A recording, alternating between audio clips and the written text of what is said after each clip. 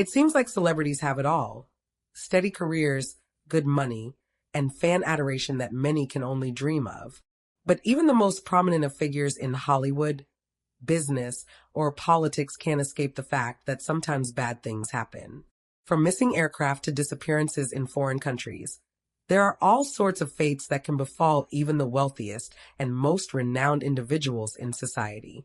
Join us for today's episode as we examine 3 cases of celebrities who went missing and have never been found. Welcome to Voices in Panic. Glenn Miller. Born March 1st, 1904 in Clarinda, Iowa, Glenn Miller was best known as a big band conductor, composer, and trombone player prior to his disappearance in 1944. Though he grew up playing sports, he was also an avid musician and eventually dropped out of university to pursue his dream of making and playing music full-time. His band, Glenn Miller and his orchestra, were one of the most successful groups of the 20th century, and between 1938 and 1944, they released 266 singles, the majority of which were in the swing genre. Although some of their music, particularly in the years leading up to the Second World War, was very patriotic in sound and themes. The band was the best-selling recording group between 1939 and 1942, while Glenn himself is considered to be the father of modern U.S. military bands. In 1942, Glenn volunteered to join the U.S. military in order to entertain the troops and boost morale. He ultimately found a position as captain in the U.S. Army Air Force, and he and his band spent up to 18 hours a day recording and performing at dozens of military bases, aiming to lift the spirits of those stationed all across Europe. In the months before his disappearance, he was promoted to the rank of major. In December of 1944, Glenn and his AAF band were due to journey to France. The group were keen to go as their stopover in London had been difficult, with Bedford tour guide David Fowler telling the BBC. June, the V1s were coming down.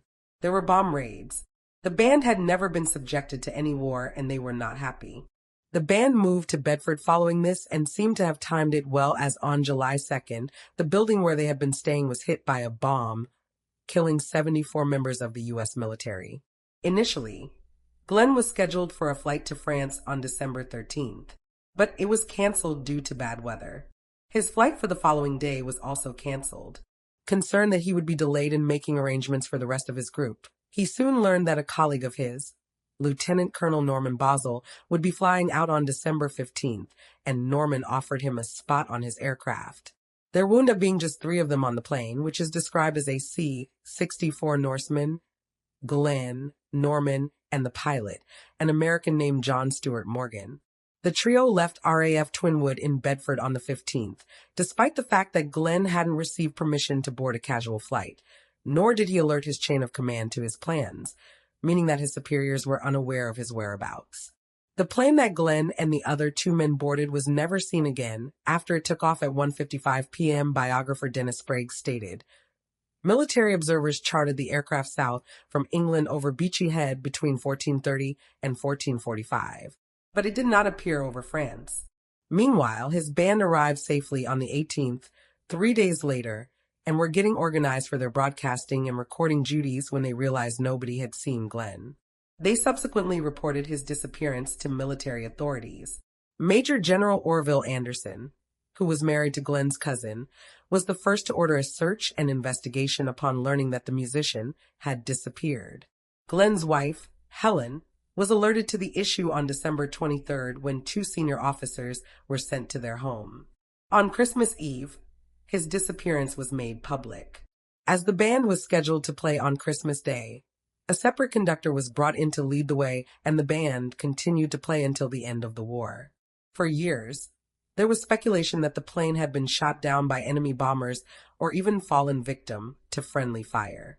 This latter theory emerged in the 1980s when it was revealed that 138 planes returning from an aborting bombing raid disposed of the weapons over the English Channel where the Norsemen had been flying. The notion was later disproven, however, as the timing did not fit. There was also rampant conjecture about Glenn himself, that he died in a brothel in Paris, or was at a specific building that was attacked by Germans and his body just hadn't been recovered. Despite the wild rumors, the truth is likely a lot more mundane. That poor weather conditions and/or cold temperatures led the plane to crash somewhere over the English Channel. An inquiry held in Bedford in 1945 concluded that the plane had vanished due to pilot error, mechanical malfunction, and poor weather. Documents pertaining to the investigation were released in 2017 in the book Glenn Miller Declassified by biographer Dennis Sprague. The book concluded that Glenn was not the victim of foul play or friendly fire, while the investigation noted that he had no duties outside of those of his music and band, and thus he was not likely to be the target of an enemy attack. In 2019, the International Group for Historic Aircraft Recovery started investigating a report that the plane had been found numerous miles west of its flight path. However, nothing further has come of this. Dennis Sprague wrote that what happened to the plane was likely caused by icing conditions in the engine, fuel line, and on the wings, including carburetor heater failure or possibly a hydraulic fluid leak. Furthermore, a TV show named The History Detectives also investigated the incident and examined similar cases where Norseman planes crashed.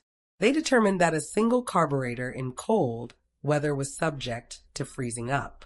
It was a very cold day on the 15th of December. Sprague added that the plane had already been flying low due to poor visibility. The flight had been delayed until the afternoon because of mist and fog. When the plane hit the water, it likely disintegrated as it was made of lightweight materials, killing everyone inside.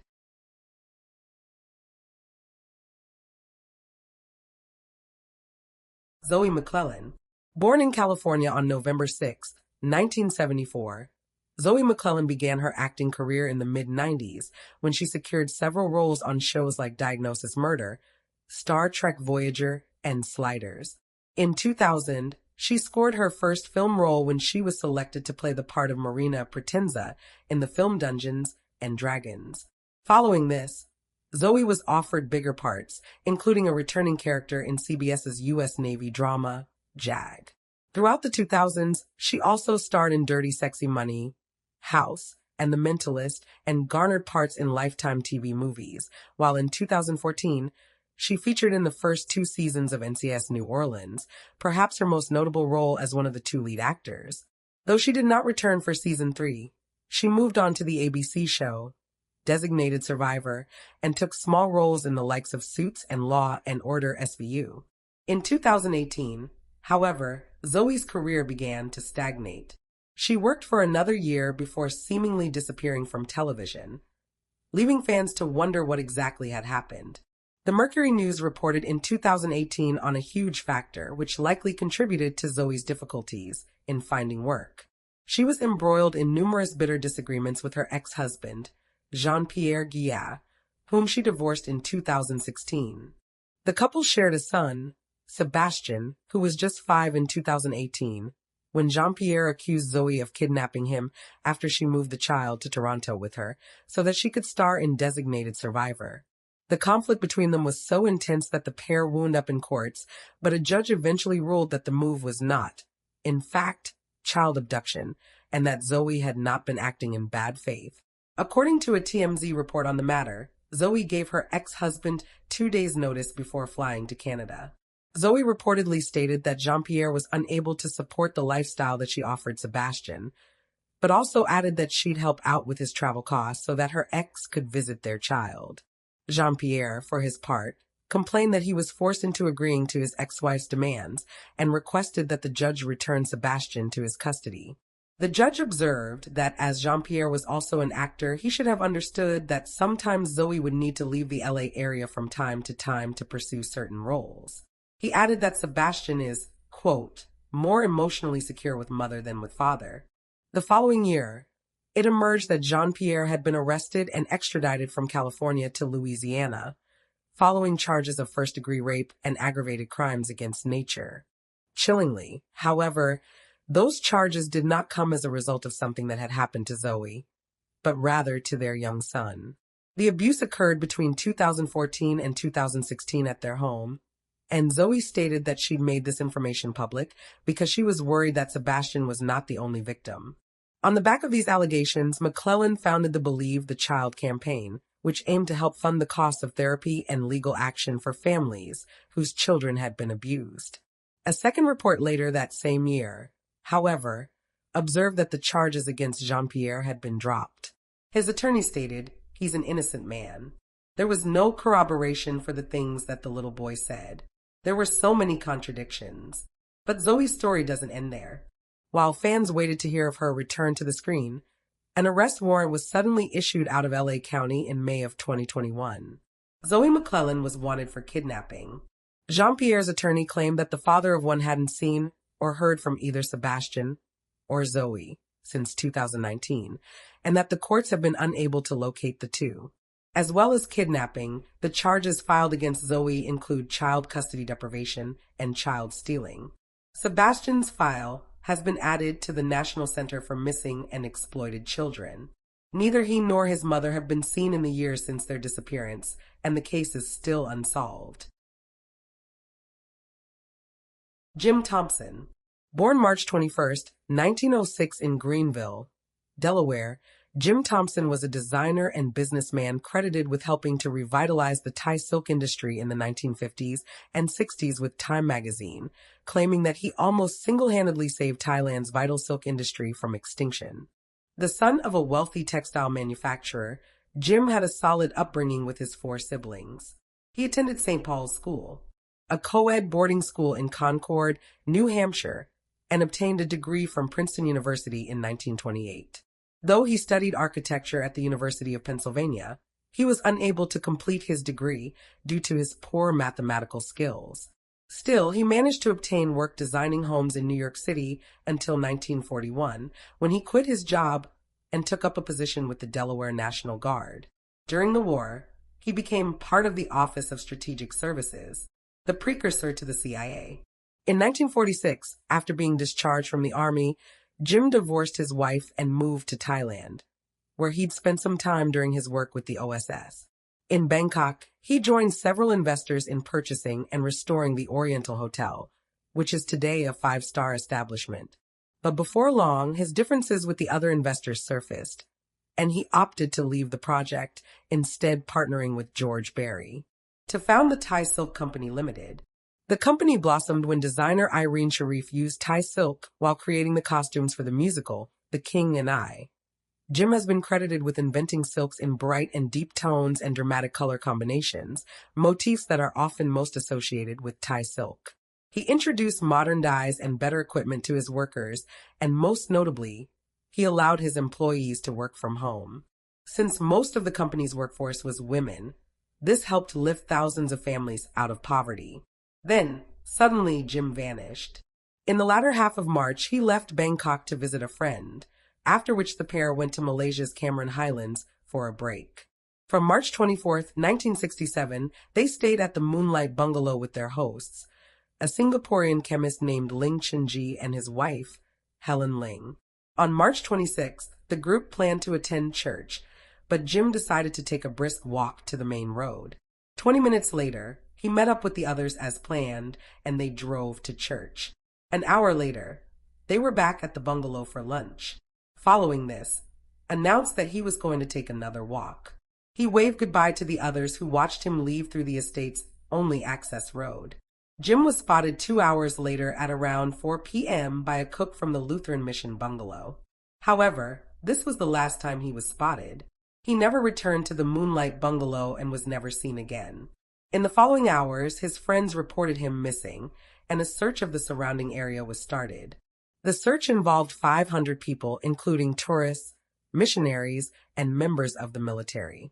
Though there was no ransom note, given his wealth and status, many media outlets assumed that Jim had been kidnapped, as well as there being no evidence of this. However, there was no evidence of anything else.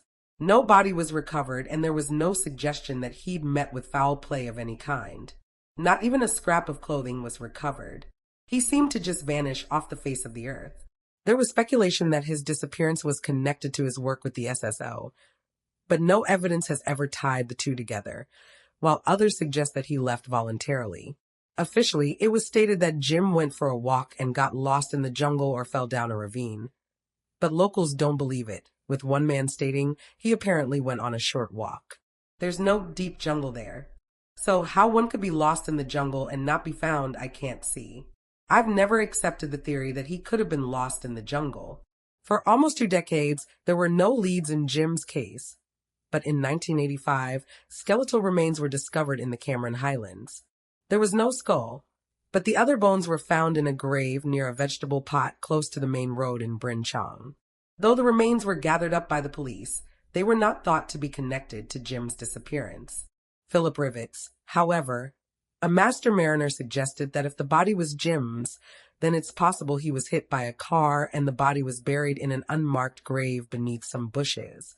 DNA testing has never been carried out on the remains. Some reports state that many of the bones recovered actually belonged to an animal. A 2015 report, which reviewed the original 1967 investigation, concluded that it was likely Jim's body was still somewhere in the Cameron Highlands, stating that there was probably not enough time and resources given to the case to thoroughly search the area. Furthermore, there was a good chance that the body was missed during the original search, and it's possible that at this point, his remains have been scattered by scavenging animals. Jim's body has never been found, and what became of him is currently unknown. Tragically, his sister was murdered in Pennsylvania just months after he vanished. Authorities have ruled out a connection between the two cases. And there you have the facts. Please leave a comment down below with your own theories and speculations. And remember to like this video and subscribe to support the channel. Thank you for watching. Stay alert, stay safe, and I'll see you next time.